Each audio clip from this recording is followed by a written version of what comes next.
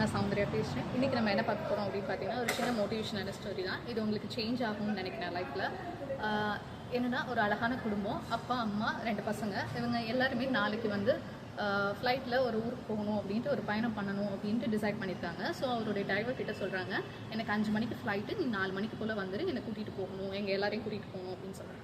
சரின்னு டிரைவர் கேட்டுட்டு போகிறாரு. பட் என்ன பண்ணுறாருன்னா, அடுத்த நாளுக்கு வரும்போது 4:15 வராரு. கொஞ்சம் டிலே ஆயிடுச்சு. உடனே வந்து ஓனர் ரொம்ப கத்த ஆரம்பிச்சிட்டாங்க.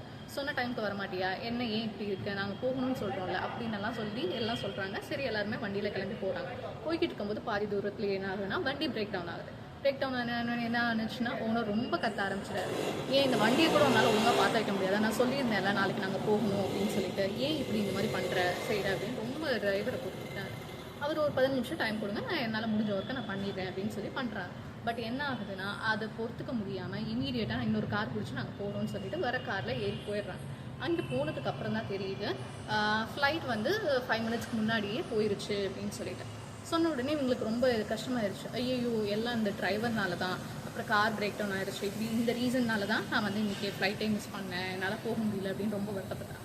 ஒரு 10 நிமிஷத்துலேயே என்ன ஆகுதுன்னா, அங்கேருந்து மெசேஜ் வருது ஏர்போர்ட்டில் இருந்து. இப்போ போன விமானம் வந்து என்ன ஆயிடுச்சுன்னா, ஆக்சிடென்ட் ஆயிடுச்சு அப்படின்னு சொன்ன உடனே அப்போ அவர் வந்து கடவுளை வேண்டிக்கிறாரு.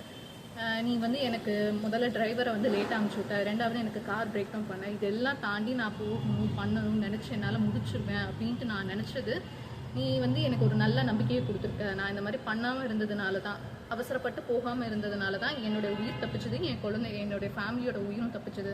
இல்லைனா வந்து நாங்கள் இறந்துருப்போம், எல்லாம் ஒன்றால தான் அப்படின்னு சொல்லிட்டு அந்த டிரைவருக்கு போய் முதல்ல ஒரு தேங்க்ஸ் சொல்கிறாரு. ஸோ இந்த கதையிலேருந்து என்ன புரியுதுன்னா, ஒரு விஷயம் நடக்கலை அப்படின்னா நம்ம அதை நினச்சி ரொம்ப வருத்தப்பட வேண்டாம்.